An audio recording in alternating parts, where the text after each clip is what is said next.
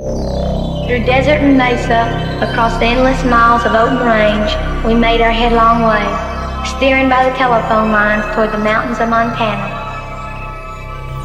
Kids sometimes ram a cow to save on ammo and we'd cook it. Once we had to eat a bunch of salt grass. It tasted like cabbage. For gas, we used the leakage from the valves of the pipelines we found along the way. Drip gas is what it's called in that part of the country. Little by little, we approached the border. Kit was glad to leave South Dakota behind and cursed its name. He said that if the communists ever dropped the atomic bomb, he wished they'd put it right in the middle of Rapid City. A modern-day remake of Matthew Vaughn's Layer Kick, a Coen Brothers stand-up with Timothy Chalamet. A Citizen Kane prequel, a Midnight Cowboy sequel, Alvin and the Chipmunks deserve another squeak. There's so many new ways to revisit sideways, but a graphic novel is how we choose to update. But we still hold fast, you can't change the past on the Ruined Childhoods podcast. Greetings, starfighters, stargazers, and cave spelunkers. This is Ruined Childhoods, and this week we are in the Mount Rushmore state. You may be in this land of infinite variety for the annual motorcycle rally in Sturgis, the Laura Ingalls Wilder pageant, or perhaps to see prominent heads carved out of stone, be they Washington, Lincoln, Roosevelt, Jefferson, or Crazy Horse. This state is the discovery site of Sue, the largest found T-Rex skeleton, but don't look for her here, she moved to Chicago. Other notable folks from this state who moved to Chicago are baseball player Keith Folk, football player Automatic Jack Manders, and basketball player Jared Reiner. That's right, we're in South Dakota talking about the 1973 Terrence Malick classic, Badlands. Dan, who is on your 70s director's Mount Rushmore? Oh, okay. My 70s director Mount Rushmore. All right. Let me just mull it over and think. All right. So let's say I'm going to go Kubrick. I know like some of these, most of these directors, not surprised. Of course, these directors have worked outside of the 70s, but I'm trying to determine like when did they do their work that is most significant to me. So I'm going to go with Kubrick, who gives us A Clockwork Orange, which will come up in conversation later. And Hal Ashby. Okay. A more recent addition to the 70s Mount Rushmore, but when I think about... For you personally? Yes. Well, I saw Shampoo for the first time recently. I saw it for the first time recently also. We'll talk about that another time. Yes, absolutely. But, you know, I think about that and Harold and Maude, which we've talked about. And I think about when I think about Hal Ashby and there are other films, Coming Home, like it's all being there. Being there is the only one that's like outside of the 70s. So, sure, but close enough to the 70s. Very close, very close. So Hal Ashby goes in my 70s. Francis Ford Coppola. Okay, I mean, Godfather 1, Godfather 2, Conversation, Apocalypse Now.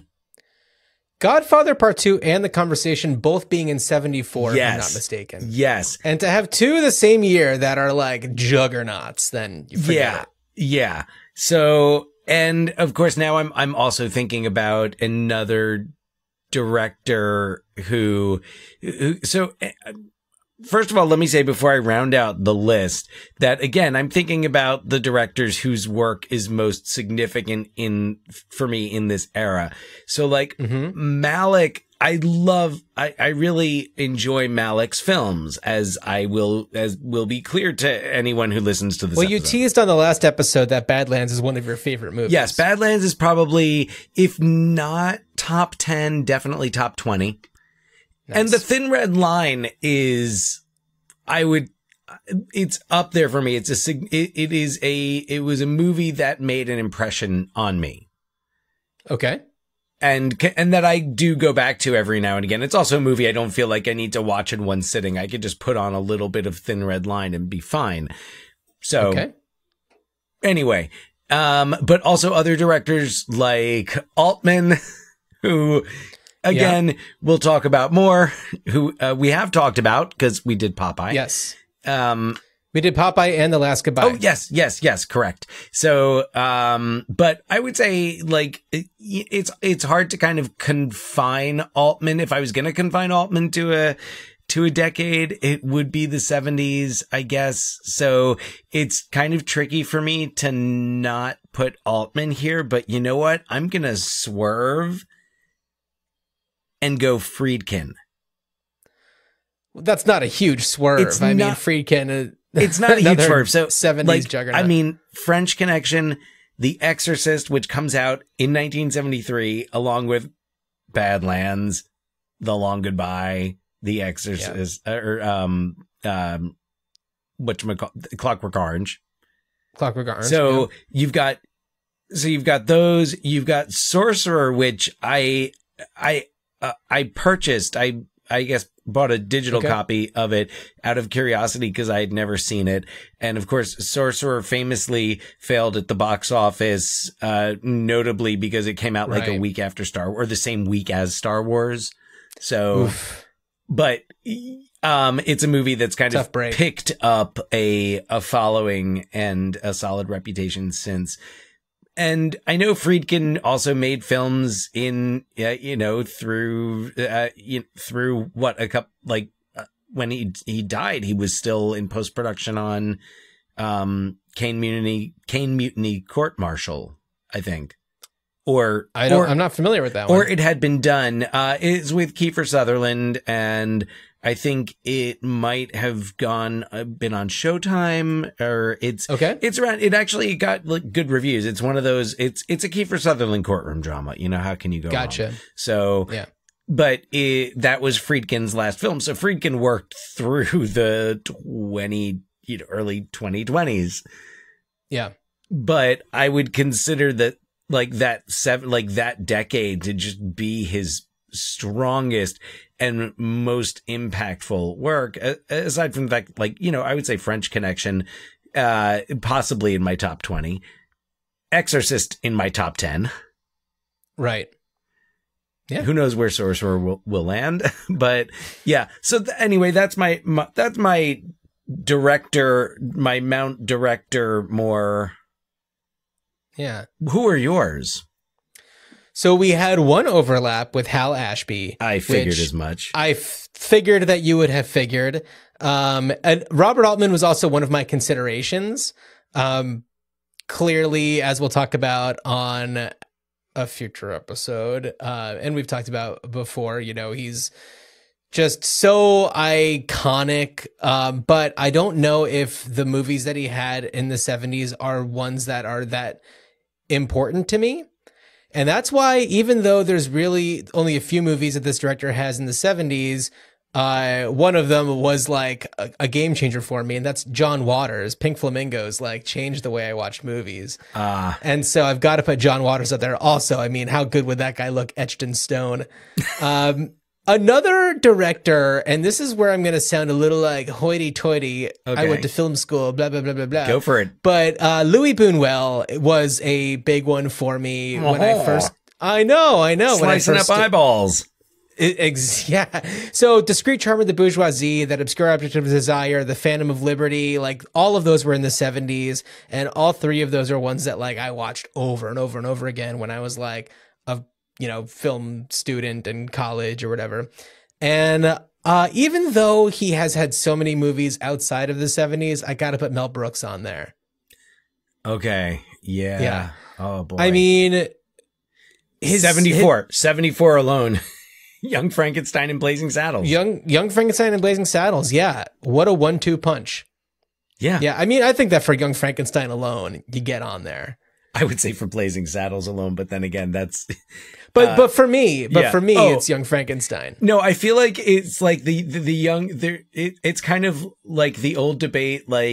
You can love them both, but there's always everybody has one that they prefer over the other, and it's that's pretty much how I feel. But yes, and I think that it's. Wow. And it's probably the Madeline Kahn of it all that really sets it over for me. Oh, yes. Yeah. Indeed. Okay. Yeah. And you know what? While we're having some fun, Dan, how about your 70s Mount Actor more? Actor and actress. I'm just going to go actor for everybody. Yes. One who acts. One who acts. Okay. So All right. You know what? I've got to start with Jack Nicholson. Okay. I feel like when it comes to 70s actors, and I know like if Nicholson's another one who worked through, you know, I would say the last decade was still doing stuff. But if you look at the 70s, you've got, wait, is Five Easy Pieces in the 70s?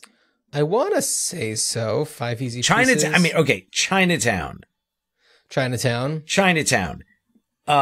Easy Pieces is 1970. Okay, so Five Easy Pieces. You have The Last Detail. What? The Last Detail. Yeah. He's got, there are other ones, but I'm like, when I think of 70s, I feel like Nicholson just has to go on there. He's not quite Jack yet. Yeah, right. He's still able to kind of disappear into a role. He's still cutting his teeth. He's figuring out who he is as an actor. Yeah. And all right. So then, okay. So we've got, all right. So we've got Nicholson. You know, Elliot Gould's got to be on there. Elliot Gould would look great carved in stone. Elliot Gould, plant shrubs for his hair.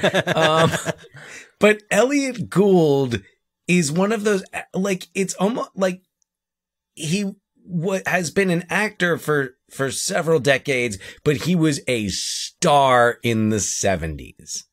Like, sure. Elliot Gould in the 1970s, right with MASH 1970. We talked about The Long Goodbye. Mm-hmm. I'm sure there's more. I'm not looking on IMDb at the moment. So, well, there's the movie that we're covering on our next episode, which is his appearance is all about how he's a celebrity. Yes, exactly. So, yeah, we'll come back to that. Faye Dunaway. Ooh, Faye Dunaway. That's a good one. Chinatown, the aforementioned Chinatown Network. The Thomas Crown Affair. Mm-hmm. Other things I'm sure I'm not thinking of, but I like the 70s. That was like, and I know, yeah, Bonnie and Clyde was 67. Okay. Was it Faye Dunaway or Jessica Lange in 3 Days of the Condor? Dunaway. That was Dunaway. Dunaway. Yep. Yes. For some reason, I like the two of them sometimes like get a little flipped up in my head. Yeah, no, that was, but Dunaway was great. I mean, she's great in that movie. Yeah. Well, I feel like that was like her decade. Like Faye Dunaway was in it, and it was like she was getting Oscar nominated, winning Oscars. Yeah. And there, you know what? There's other, now that I'm thinking about it, and I'm thinking about other actresses in the 70s who, because, man, I've got one spot left, and would you like to hear my four? For those seeing me, and then maybe you can decide based on that. Yeah, because I've just got like a list of 70s actors, and I'm just like, I could be that person, but no, I don't know. So go ahead. All right. We've talked about him at length on this podcast, so much so that we devoted an entire string of episodes to him, but Robert Redford is on there for me. Another guy that would look great in the side of a mountain. And talking about Robert Redford without talking about Jane Fonda would be a crime. Yeah. So Jane Fonda, is that one that you were debating about? Yeah. I mean, as I was talking about Dunaway, I was like, so much that I'm saying could be applied to Fonda. What I feel like Jane Fonda gives, like, and Faye Dunaway is great, but I feel like Jane Fonda has I guess a wider breadth of like the types of performances that she can give. Right. And and clearly still to this day, absolutely killing it and being absolutely incredible in everything that she does. And you know what? I think, if I may interject, I think for me, that kind of nails why because I guess my rubric here, my mindset is just like, okay, quintessential 70s, like that was their time to shine. Yeah. And like, that was there. Like, there's some people, there are some actors who like, they're around before that decade, they're around after it, but like a certain decade, they are just bam, bam, bam, knocking it out of the park. And that's why I feel like I can limit Dunaway to the 70s. Sure. Better than I that's can true. Fonda. That's true. But also just think about Jane Fonda's 70s output is just, you know. Clute, China's Syndrome. She's great. No, Barefoot in the Park was 67. 60s. But like, yeah, she's killing it. But you know, you mentioned Clute, and we have to also mention the late great Donald Sutherland, who's also on my Mount Actormore, who, even though continued on, his work in the 70s was awesome. Just like that guy on film looked great. That 70s film stock and those colors, those palettes, he looked amazing, and he was perfect. He was made to be on film in that era. His expressions are like clear, especially the Body Snatchers. Oh, yeah. I mean, yeah, talk about a priceless expression. But you know, also it's like Animal House. And, yeah, you know, just everything that he was in was so good. And Don't Look Now. You know what? To round it off for my fourth, I gotta give it to Richard Roundtree. I think it was like 71, 72, 73 are the three Shaft movies. And it's just like bam, bam, bam. He looks great on camera, looks great on that film stock. I really love the work that he was doing. And whenever he would pop up in things and it would be like, oh, Richard Roundtree's in this, like that would be exciting for me. And I say that mostly when I see his name in the Murder, She Wrote font. I watched something with him last night because we Did you really? We rewatched with our daughter, who, for people who haven't listened before, she's 10. We showed her the first episode of Heroes. Oh. Richard Roundtree is right. He's in I think at least season 1. Heroes, the superhero, like the NBC series Hayden from Panettiere, like the early... Milo, blah blah blah. Yeah, that one. Okay, we were like, this could be a fun show to watch with her because we're trying to do like a family TV night and like do an episode of TV, and we're like, let's pick a show that we wouldn't necessarily want her watching on her own, but she watches with us. Yeah, the Zachary Quinto stuff is very menacing. Oh, well, it was more the Ali Larder stuff that raised questions last night. Okay. So. Got it. Because she's got she's got like an OnlyFans, but it's like, you know, the camcorder set up on the tripod and she's streaming through the computer for people she's a cam girl. Yeah, exactly. So yeah, that's what they used to be called, I think. Yeah, and it was like she's got like a cover version of Mustang Sally playing in the background, which I feel like there are only cover versions of Mustang Sally, but nobody could afford the rights to the actual original. I don't know who the original is, but anyway, you have one more. The way I explained it was that she was making a music video. End of story. End of tangent. So one more. God damn it, this is hard. All right.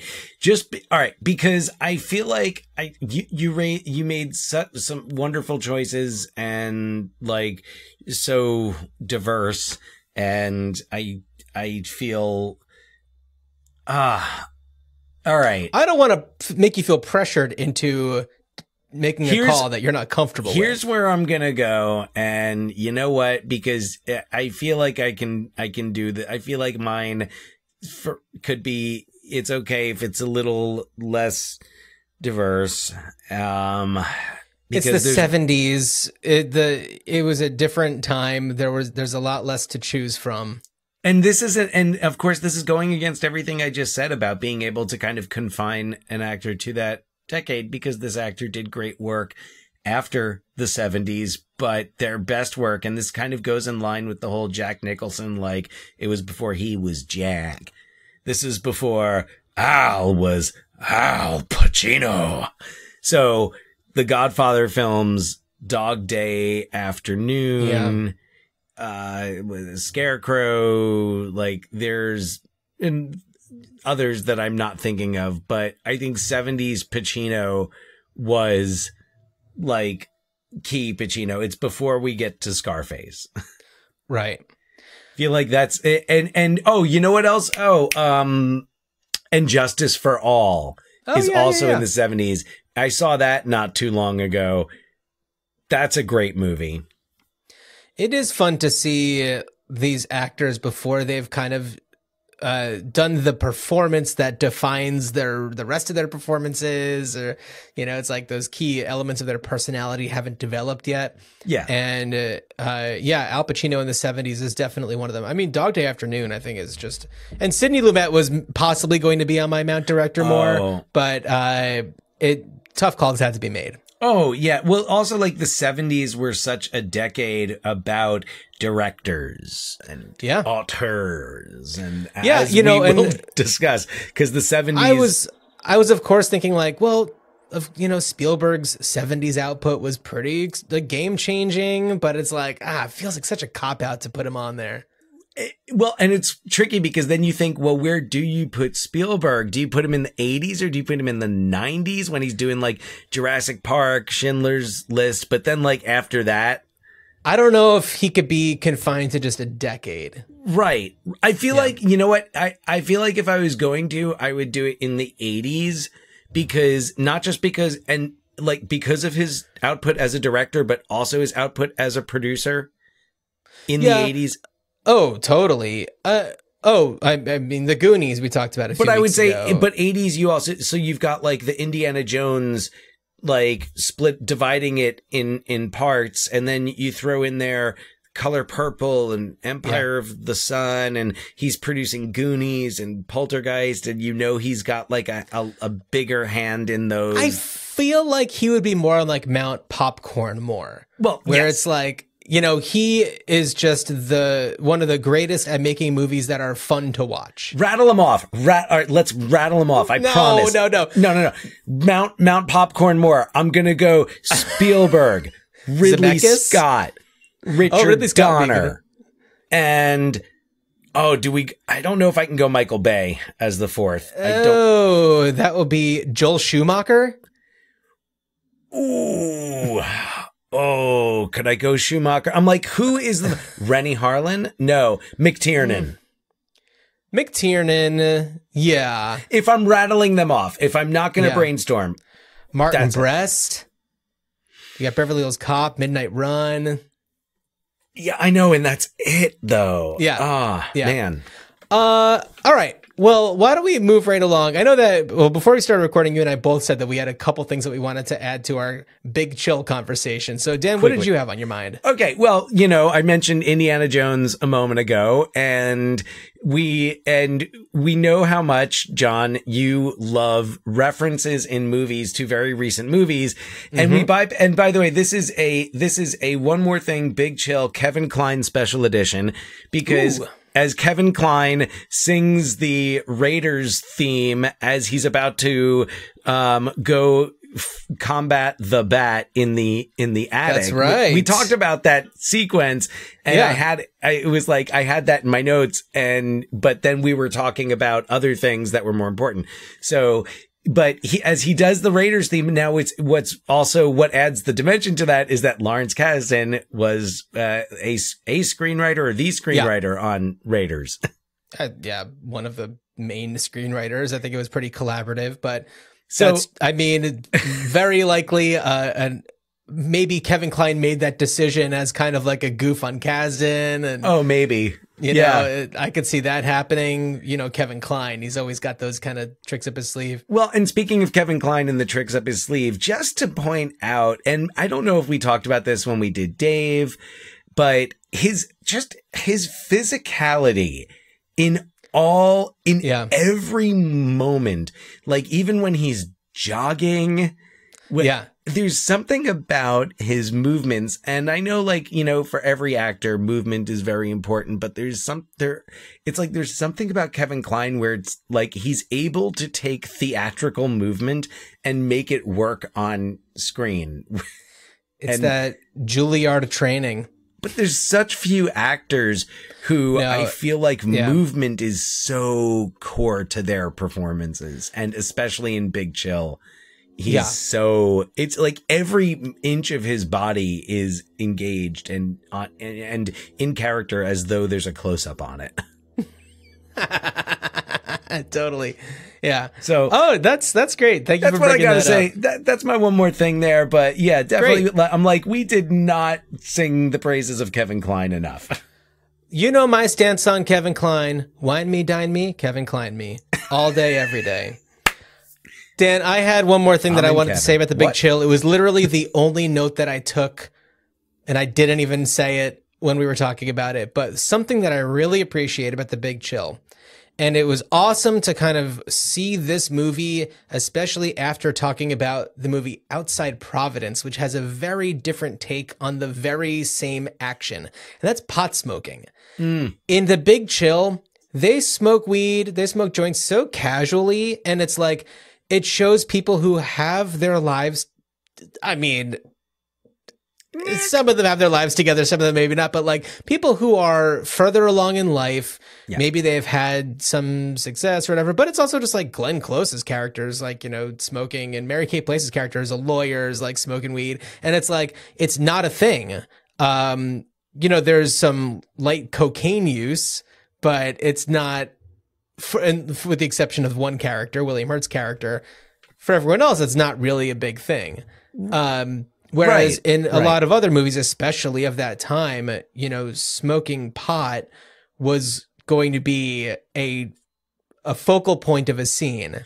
Whereas this is just something that they're doing. Well, because I also think in most other movies where it's happening, it's, you know, like a movie like Outside Providence where they're teenagers, and so it's not like they can sit in the living room and spark up.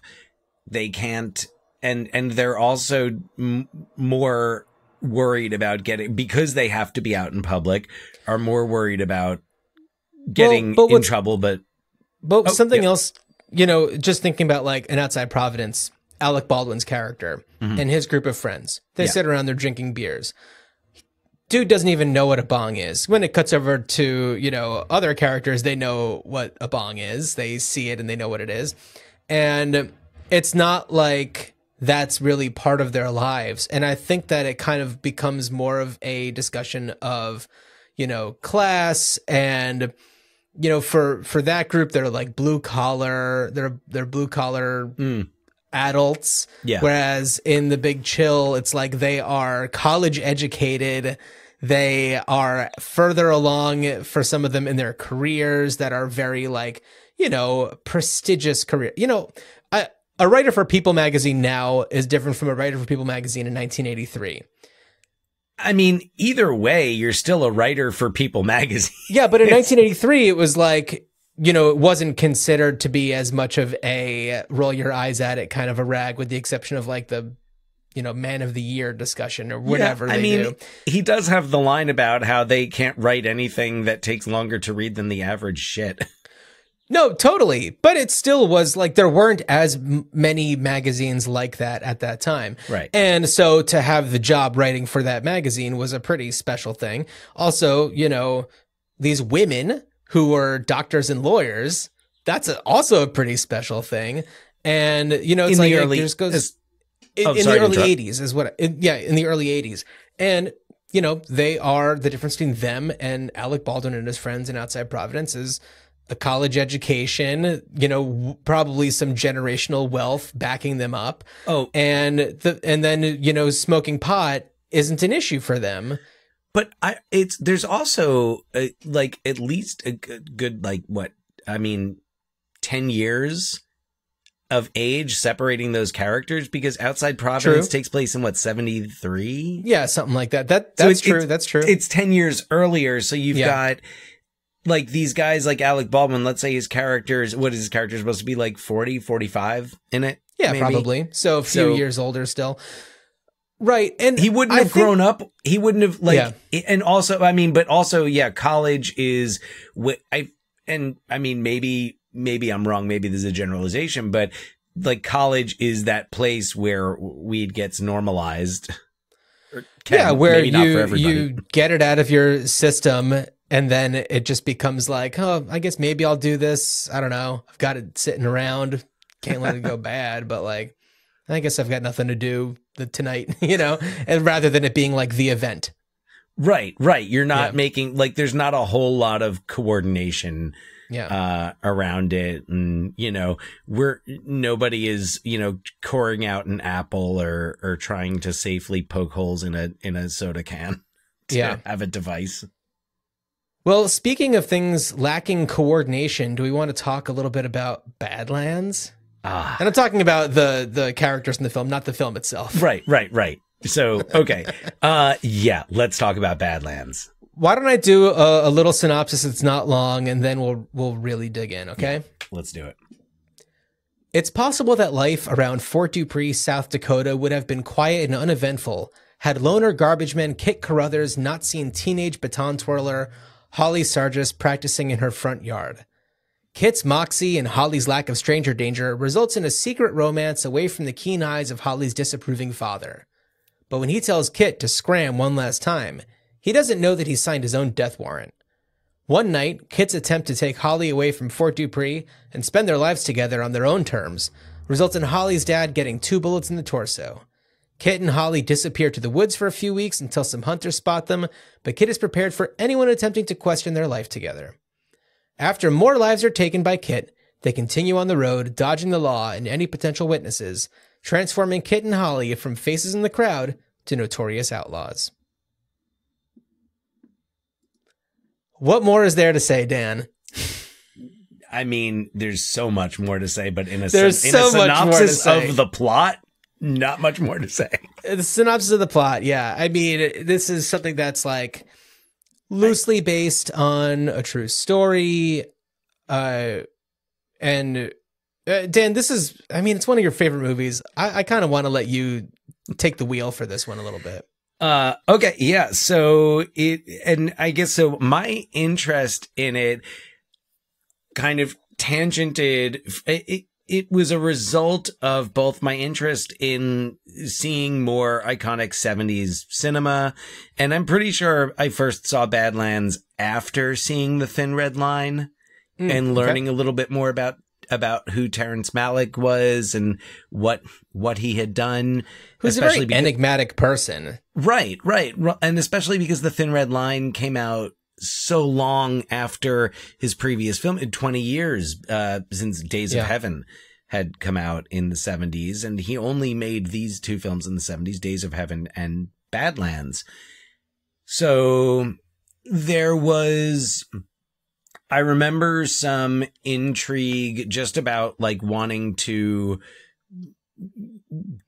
see more of the great auteur cinema of the 70s that, the films that got our directors on Mount Director more. So there was that. And then there was also like the connection. I was like, well, one of my favorite Bruce Springsteen songs is called Badlands. And that album came out in the late 70s. So like, what was the connection there? And what I didn't realize, what I later found out, is that the Bruce Springsteen connection to Badlands has much more to do with the album and particularly the song Nebraska. Oh, okay. Is a song sung from the perspective of Richard Starkweather, but it is inspired by imagery from the film, and I can leave. So wait, so just so everybody's caught up, Richard Starkweather is the mass murderer who Martin Sheen's character is modeled after. Yes, Richard Starkweather, who, along with his girlfriend Carol Ann Fugate, went on this killing spree throughout the Midwest and into Montana. It wasn't exactly the same geography, but close. Like they were from Omaha. They were from Nebraska. Oh, right, yeah. So that would make sense that Bruce Springsteen's song on the album is called Nebraska. Now, as you gave us in the synopsis, I could have started, I was tempted as you were reading the beginning of the synopsis to kind of start singing, and I will spare everyone now. I won't do it. But the lyrics of the song are, I saw her standing on her front lawn, just twirling her baton. Me and her went for a ride, sir, and 10 innocent people died. From the town of Lincoln, Nebraska, with a sawed-off 410 on my lap, through to the Badlands of Wyoming, I killed everything in my path. So the imagery in the beginning is, I mean, and the rest of the song, I would say, is more aligned with the Starkweather story than Badlands. Yeah.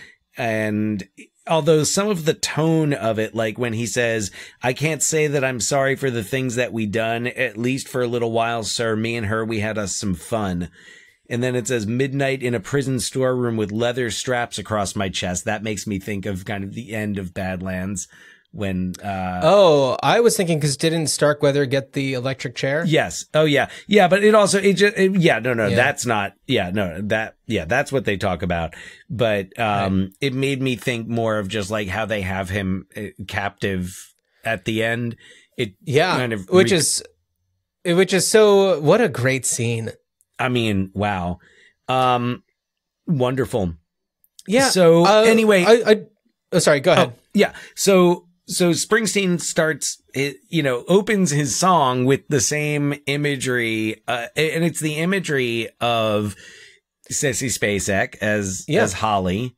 And it almost sounds like he's kind of conflating the real story with the movie. Well, yeah, and because like intentionally like shuffling them together. Well, I had referenced the book before, and I'm forgetting the title at the moment, but it's the book about Springsteen writing the Nebraska album, Between the River and Born in the USA, and how he was just like kind of depressed a lot, and he caught Badlands on TV.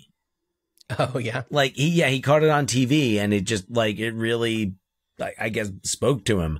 And because it's so atmospheric and that's another thing that I think drew me to it was, in the 90s, again, as I'm, really getting into movies and broadening my cinematic horizons, you have this string of movies about the, couple in love on the run from the law, and True Romance being among the first so much from this of those to come out.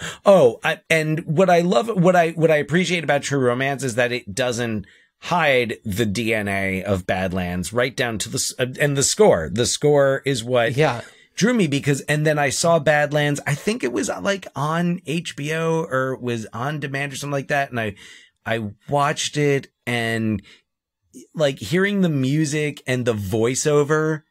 Yeah. Like that similar voiceover of in Badlands, it was Sissy Spacek. I was like, wow, this is really cool, because I feel like now I'm seeing, after seeing True Romance and Natural Born Killers and all that, like this is, I think, where maybe Bonnie and Clyde, but Bonnie and Clyde is to me is different. This is also Bonnie and Clyde, being, more of a true story.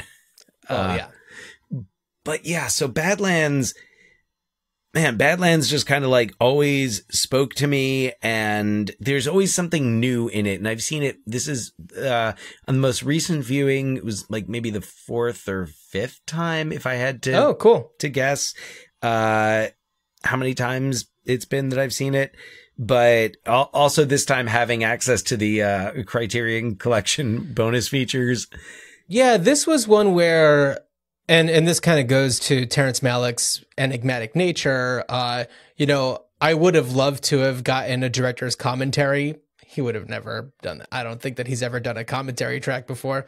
But the supplemental footage that they shot for the Criterion Collection, the interviews they did with Martin Sheen, Sissy Spacek, Jack Fisk.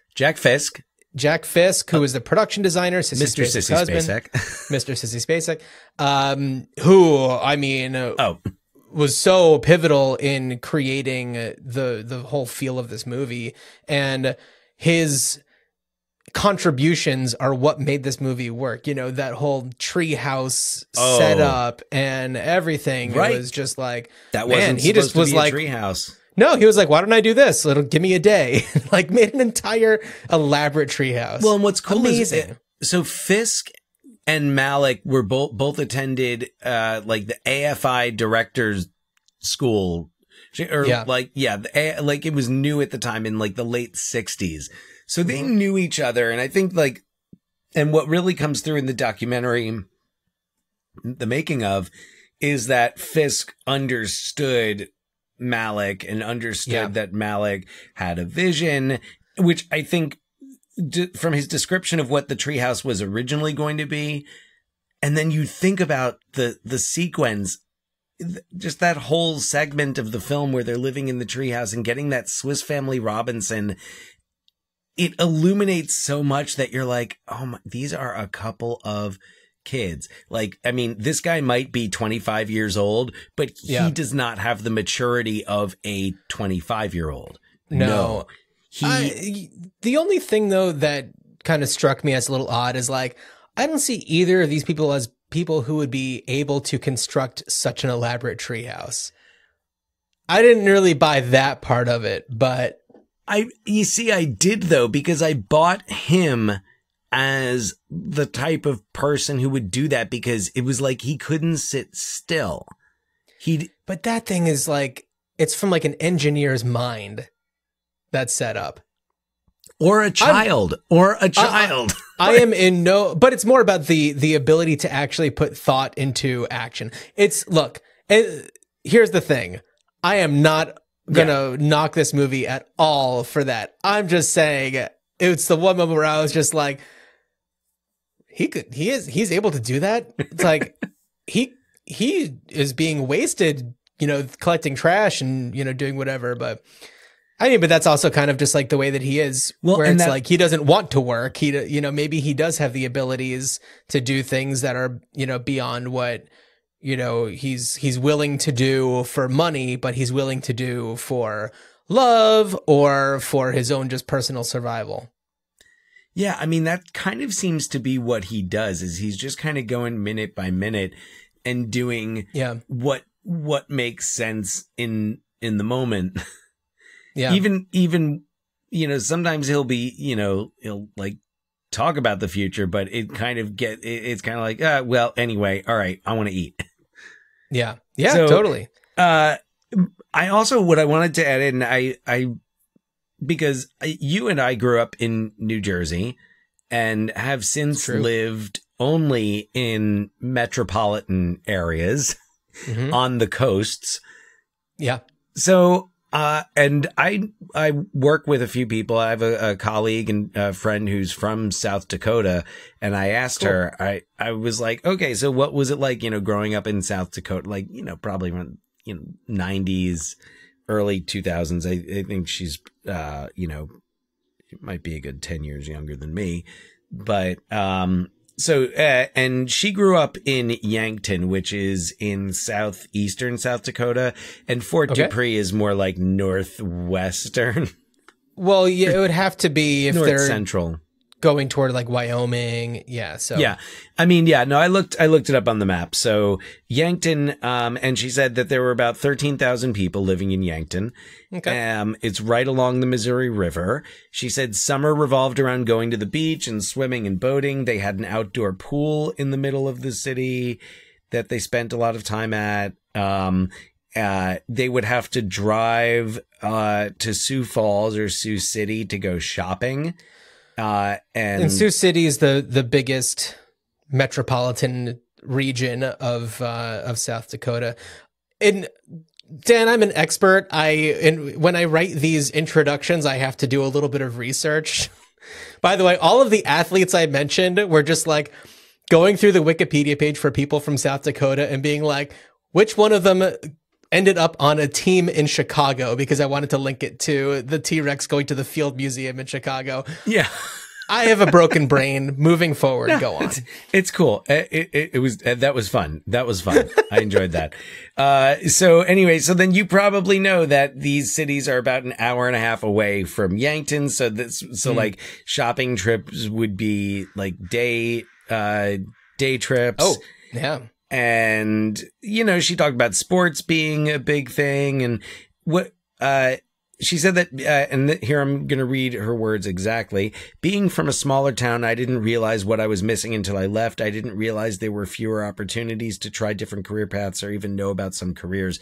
So it was kind of, she wasn't living in South Dakota feeling like, oh, there's just this big world out there. And if I could just get here, you know, like, and that's kind of, and it's cool because I try to think about that. And I think about like, all right, if you're 15 and you're in South Dakota, and granted, Holly is 15 in 1959 and, you know, not 1999 or whenever.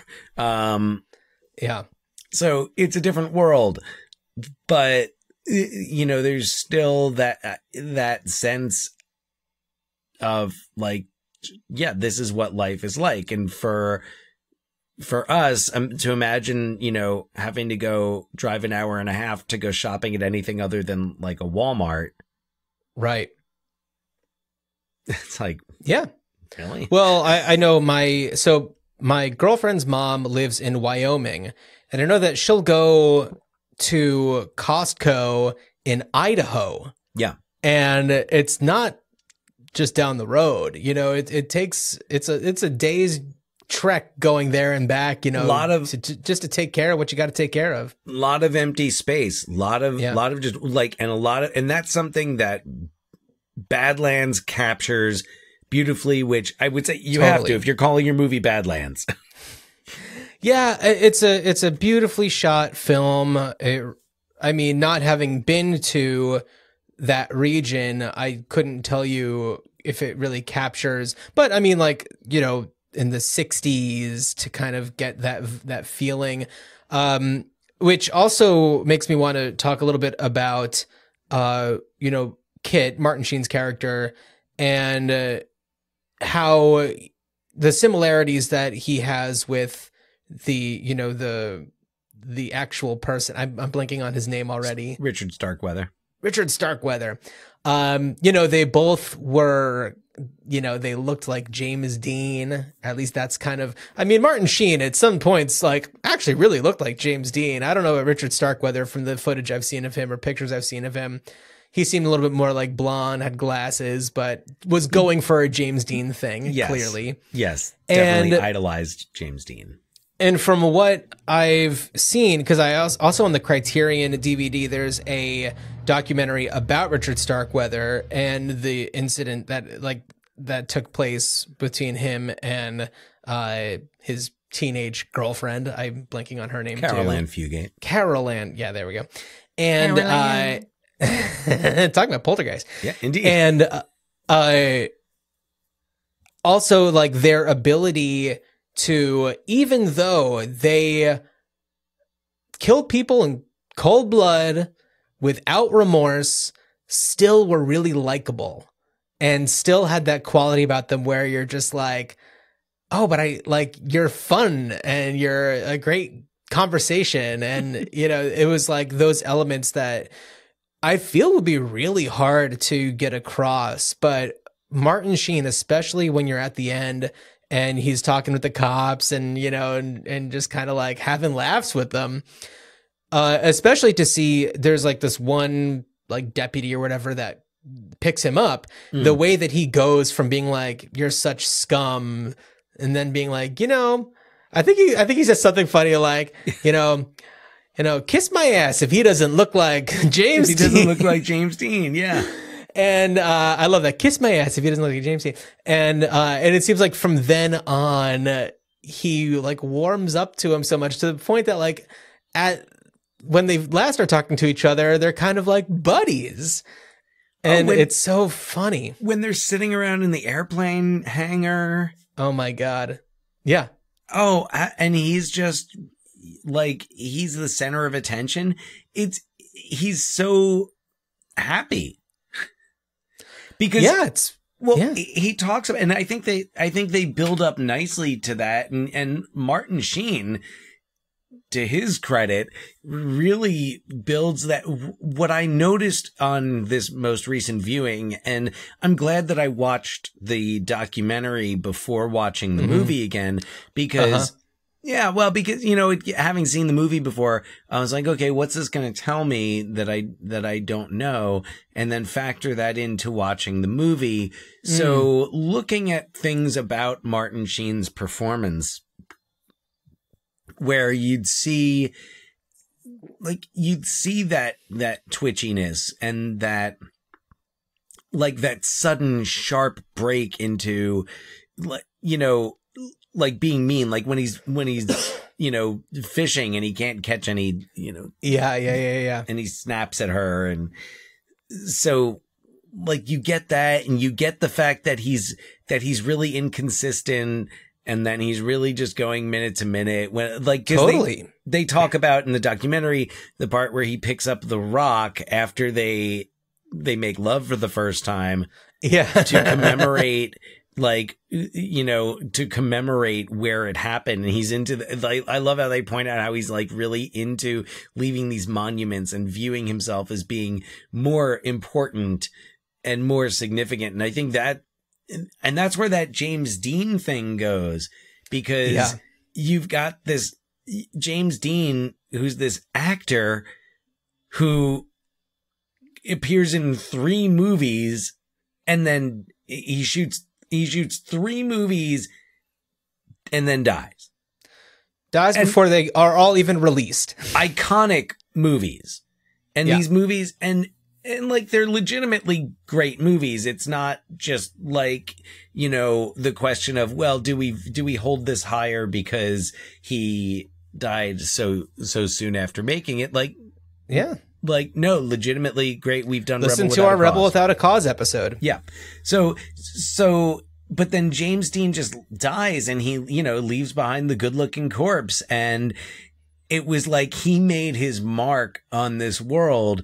So then you have these other people who are like, well, what do I do to make a mark on this world?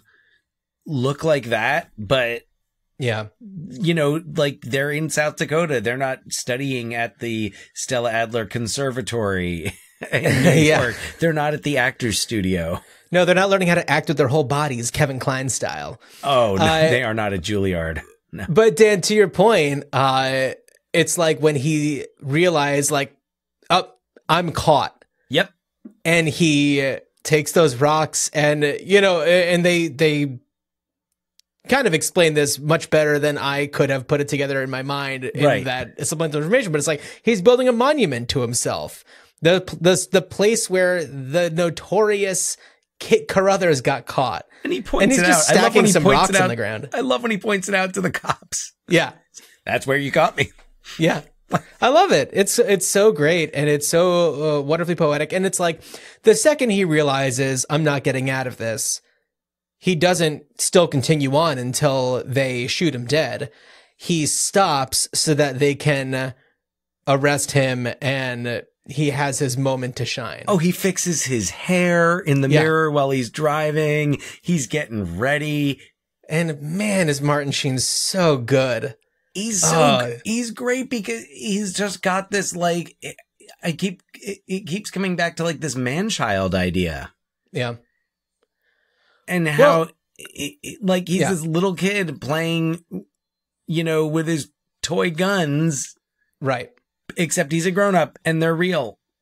But speaking of little kids playing with toys, we got to talk about Sissy Spacek. Yes. Who's, like, holy crap, she's so good. You know, I don't think that I'm, like, crazy about every single Sissy Spacek performance, but there are just those few. I mean, Coal Miner's Daughter and Badlands, I think, are just, like, Carrie, you know, and it's just like, there you go. That's all you need to just prove that she's got the chops. And she's just got such an awesome look. Like, who else would look right for this particular role?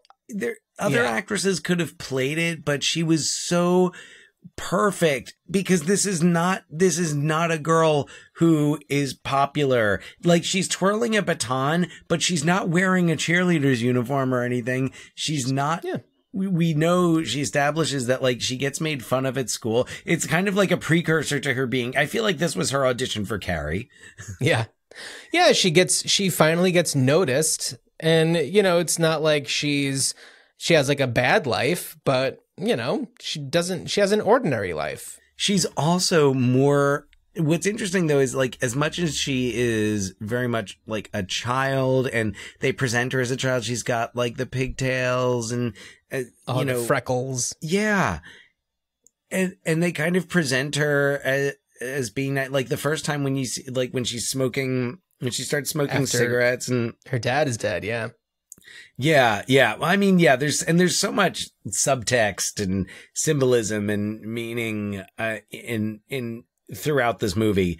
Yeah. So another reason why you can just go back and watch it again and again, and why I appreciate, high resolution transfers. So, but going back to her performance in this and her voiceover, which it takes a little getting used to, because it's kind of very flat. But so I was, when I was watching it and listening to her voiceover, her narration, the way that I was imagining the, like, kind of impetus for the narration, and it's not that it ever shows this, but I kind of imagined it as like it was her testimony. Right. Like, it sounds written. Yeah. Well, it sounds, you know, it's her retelling of the situation, and, you know, just not so much justifying, but like giving a loose justification for like what she was going through and what it was like to be in this experience. And it's like, yeah, sharing that with perhaps a jury of her peers. It's interesting that you say that. I think of it more as a diary, but yeah. And one of the points I wanted to make was that even throughout the whole little adventure, as she's giving her narration, she talks about, like, how she wondered about the man that she was going to marry. So according to her testimony, even in the moment, she knows she's not going to, like, Kit is not her ride or die. Yeah. Yeah. She knows she's not going to be with him forever. Whether that means she's like, well, he's going to get caught and probably go to the chair, and I'll go free because I didn't do as much. Right.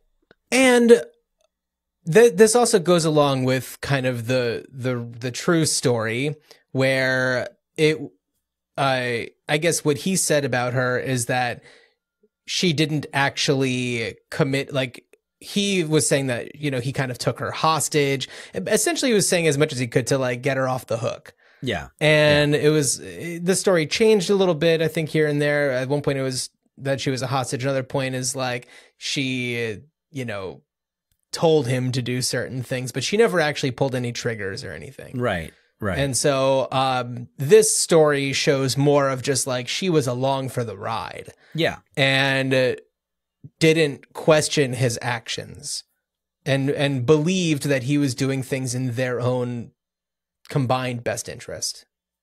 Right.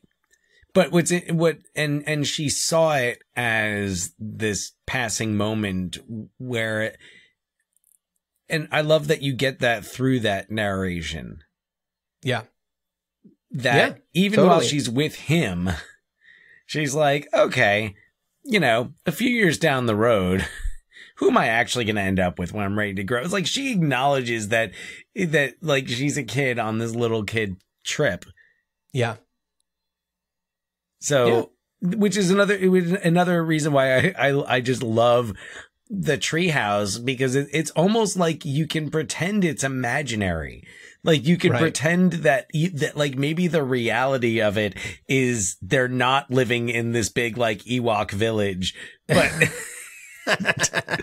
Like in their minds, they are. No. I do believe that the film is presenting that as real. Yeah. I don't think it's presenting it as imaginary. But, but it does have that like Never Neverland quality to it. Oh, absolutely. He's a lost boy. Totally.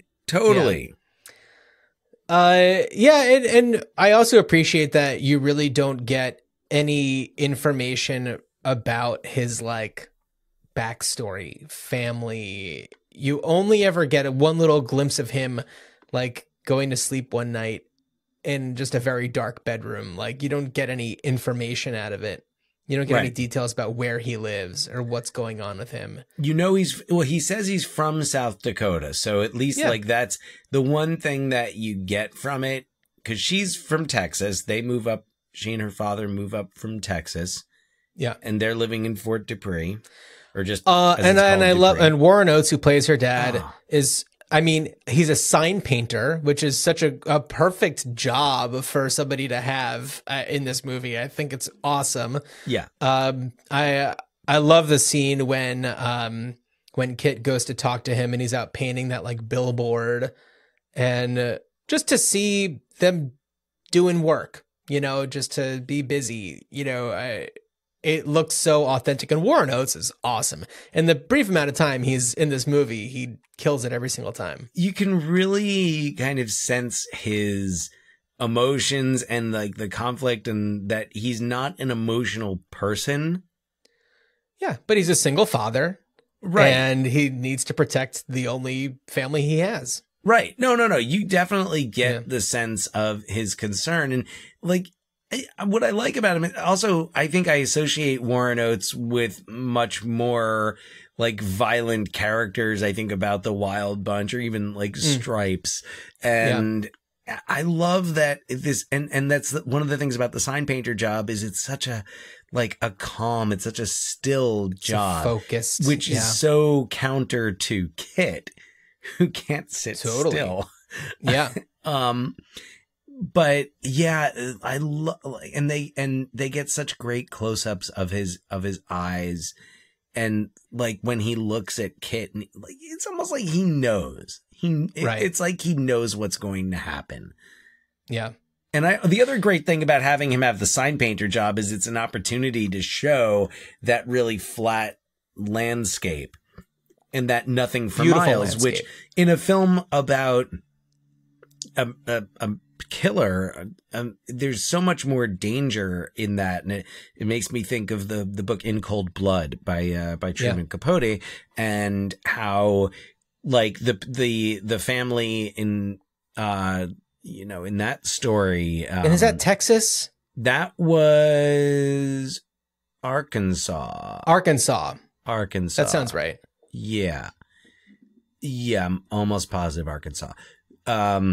But the family that was killed, like, you know, their house, they had a farmhouse, and it was far. Kansas. So Arkansas minus the R. So, okay. Yes. Kansas. So, but like that people were living, you know, miles and miles separating them from their closest neighbors. Which is kind of terrifying. Like, you know, it's the most one of in space, no one can hear you scream. Yeah. In rural Kansas, no one can hear you scream. In the Badlands of South Dakota, no one can hear you scream. And I think that's what, that was a great decision to set this in South Dakota, especially in, you know, kind of suburban, but also rural South Dakota.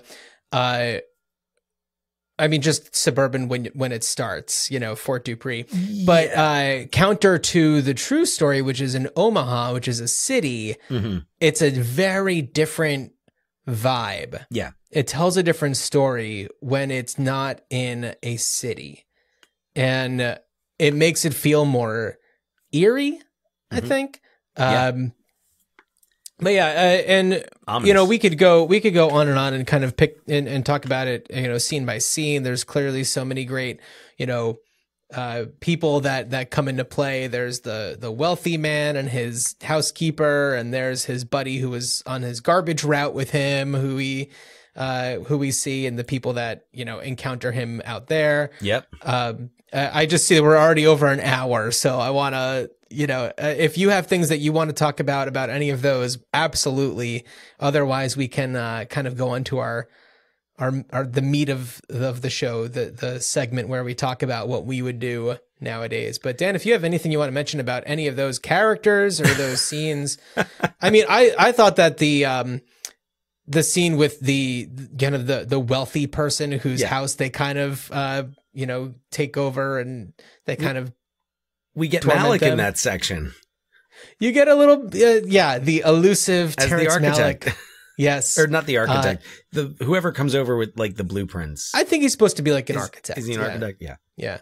But what's great about that scene is that it takes us out of the vast country and it brings us into a neighborhood, and it kind of makes you think about, like, there's a notorious murderer out there and he could be in your suburban neighborhood in not in the, you know, less developed parts of town. He could be right in like the wealthy guy at the street's mansion.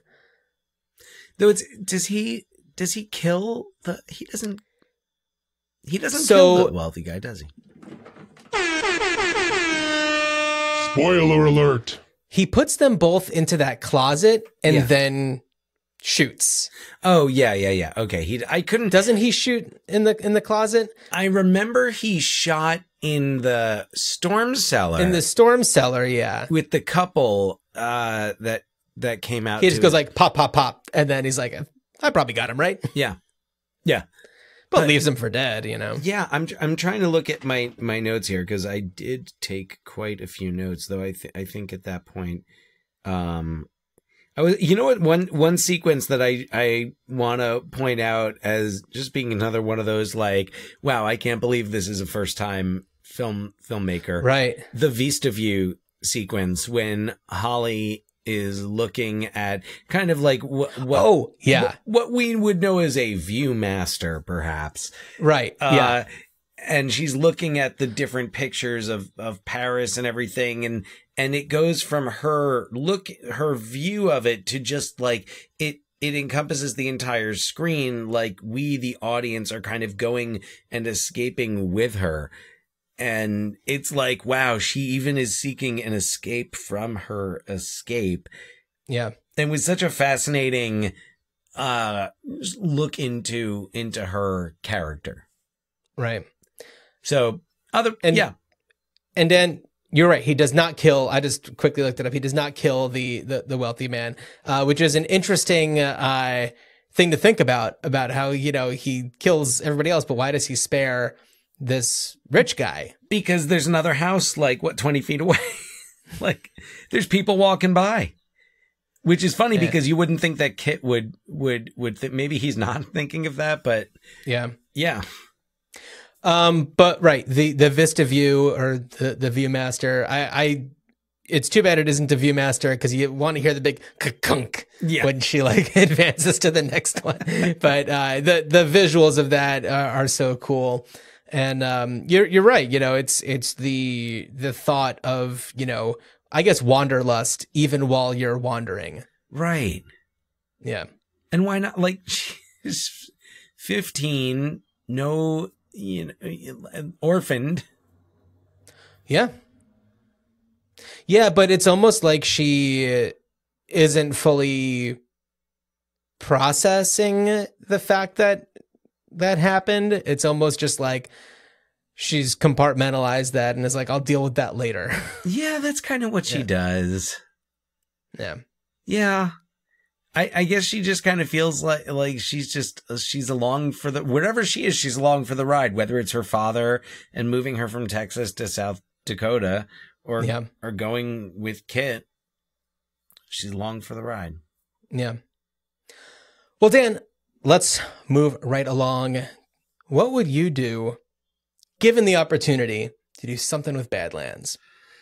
Man, I mean, I would love, I'm sure it screens every now and again, and I'm sure if I lived in New York or LA, I would probably have more opportunities, but man, I would just love to see it on a really big screen. I mean, Dan, you do live in Seattle. You do have some pretty awesome theaters, and you know, you got the Northwest Film Forum there. Not that they have a big screen at their theater, but they're not. But also, like, not as many opportunities to play to screen. Like, even the theaters that will do like a retro movie. Yeah. First of all, they'll do it like, you know, it's like, okay, well, we're going to show this movie Sunday at 3 p.m. or Wednesday at 6 p.m. Oh, yeah. I mean, it's not going to run for like 2 weeks straight or anything. Right. No, but that's why I'm saying, like, at least in New York, there were theaters that was like, you know, special, like 3-week engagement, you know, Badlands in 35 millimeter or whatever. And it'll be at, you know, the Film Forum, or I don't know. I think there's other theaters that have cropped up since, but that's what I'm saying. In a place like New York or LA, there would be more of an opportunity. Mm-hmm. Honestly, I don't know. Like I said earlier, we've had kind of not the remakes, but the movies that have been inspired by Badlands. Right. And I don't know that we need that again. So perhaps a film about the actual, like, Starkweather incident. Yeah. You know, just perhaps a film version of that, a dramatization. Yeah, you know, that's kind of where I was going to be going with mine. So I'm just going to kind of piggyback, and we can kind of collaborate on this one a little bit.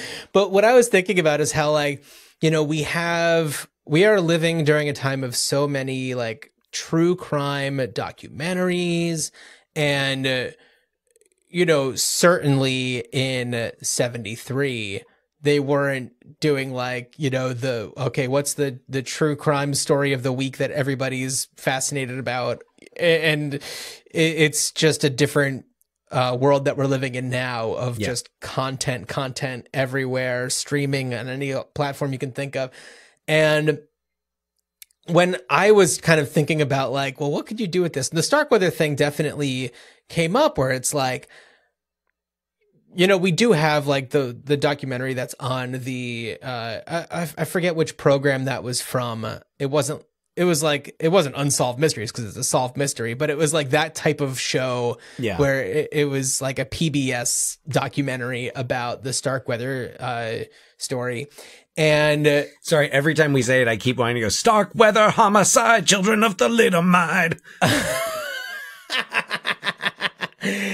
And but what I was also thinking about is sometimes there are those true crime stories that, you know, they get their moment on, like, a TV docuseries, whatever, and then they make, like, a Lifetime narrative version of it, and it's with, like, Dean Cain and you know, like, people, or like Taylor Kitsch from Friday Night Lights, stars in this, you know, like, and, like, you know, somebody who was in a show at one point and was huge. Someone on Party of Five, Lacey Chabert. Lacey Chabert is a perfect one. She was in a movie with my friend Anna called Christian Mingle. That was from the Christian dating website. Oh, nice. But it was that kind of movie. It was, I don't know if it was Lifetime, but like Hallmark or whatever. Yeah. So one of those, like, those style of movies that is about the Starkweather story, and because they've already done it in the high art form, so let's do it in kind of the low art form, right? Like, you don't get more, like, high class, like, film than, like, Terrence Malick in 73. This, like, iconic, like, the most deserving of a Criterion Collection release. Let's get, like, the lowest brow, like, type of thing. And much love to the people who make these Hallmark and Lifetime movies. Hey, but you know what? They're kind of trashy, and that's what makes them fun to watch.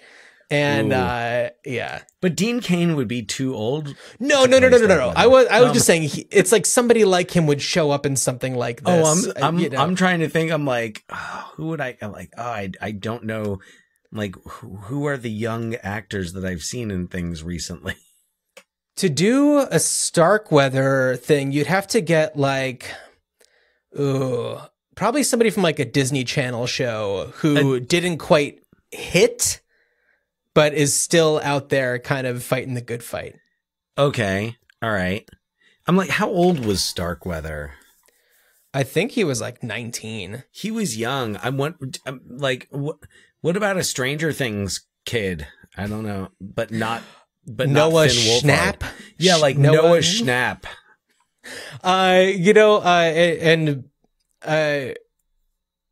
What about like Drake Bell from like Drake and Josh? Too old.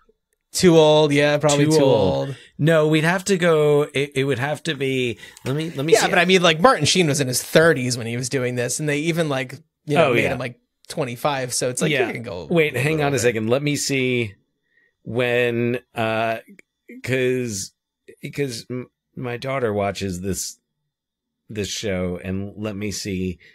We need to get like a Wizard of Waverly Place in there. Wait, what about here? I'm going to show you. All right, so this guy's 24. Hold on, I'm holding up a picture.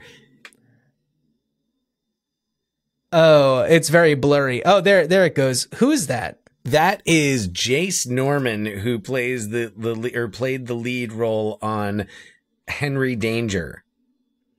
Get Henry Danger in there. I think Henry Danger as Richard Starkweather. Oh boy. Okay.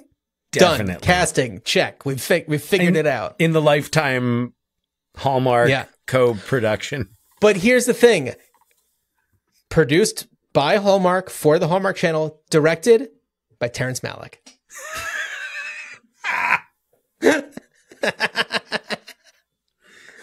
Wow. Can you imagine that? Never in a million years would Terrence Malick do something like this, but this is exactly our world that we're creating. Would do something like this. Hey, for all we know, he would. We don't know much about him. Yeah, well, right now I think he's still in post-production on his movie about Jesus. Oh boy. Okay. Which is interesting. You know what? It's probably going to come out the same year as Scorsese's new movie about Jesus, and it'll be one of those like Armageddon Deep Impact things. Sure. It's going to be exactly like that. And they'll be like, all right, no, you know what it'll be like? Thin Red Line Saving Private Ryan. Right, but it's not really like Which World War II movie do you prefer? Which Jesus movie do you prefer? Yeah, but... Okay, Thin Red Line, Saving Private Ryan. No. The vibes are vastly different. They're two very different movies. Yeah. Whereas Deep Impact Armageddon, vibes are very similar. Closer. Much closer. Also, audience, we were texting about Armageddon last night? I believe so. Yes. It was yes. In the context of, I mean, it wasn't just like a random thing. I wasn't like, "Hey John, are you thinking about Armageddon right now?" Cuz I know I sure am. It was in the context of the Criterion Collection. Right. And of movies that are maybe not so deserving of a Criterion release. But also that it wasn't like, I don't know exactly when Armageddon was added to the Criterion Collection, but like it was not long after. Let's see what its spine number is. Yeah. It was not, I remember it was not long after it was in theaters, because it made me wonder, like, what did I miss? But it wasn't like, oh, it took some time and now it's it's gained in appreciation. Well, first of all, the Criterion Collection Armageddon DVD is out of print. Has it been removed? It is spine number 40. Wow. That's kind of amazing. What's spine 39? Okay, let's see. There is Criterion. No spine 39. It's a mystery. Spine 39. If it's Deep Impact, I'm going to lose it. It's not. Criterion. Oh, there's a a subreddit called Criterion Conversation. Criterion Spine 39, Tokyo Nagaramono, Tokyo Drifter, 1966. Oh, okay. That Tokyo Drifter. I think I've seen Tokyo Drifter. You just may have. Yeah, I think I've. Yeah. Let's see what Spine 41 is. Yeah. Like some movies, it takes time. Henry V, 1944. Laurence Olivier. Wow, what a sandwich. What a Criterion sandwich we have. Indeed. With an Armageddon meat. Indeed. Wow. Yeah. Fantastic. Yeah. I'm like, what are some, I'm trying to think off the top of my head, like, what are some other movies that are in the Criterion collection that probably have not earned their place there? maybe don't fit in. One of these things is not like the other. I think that's a conversation for another time. That's true. But Dan, that's true. But Dan, let's talk about what's at Spine 683, our next episode of the podcast. This is I think the end of our Criterion run, as we've covered a few Spine numbers in recent episodes. Big Chill is up there as well. That's true. Oh, let's see what Spine number that is. Let's see.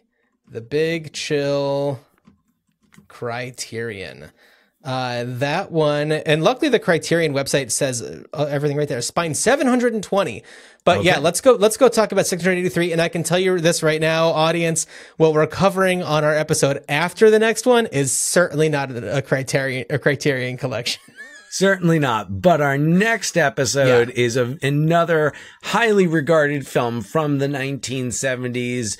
But because our travels will take us next to Tennessee, where else to go but 1975's Nashville? And I feel like I should go into the opening credits right now. Lily Tomlin. There's no sense in, I mean, an ensemble cast of ensemble casts. It's Robert.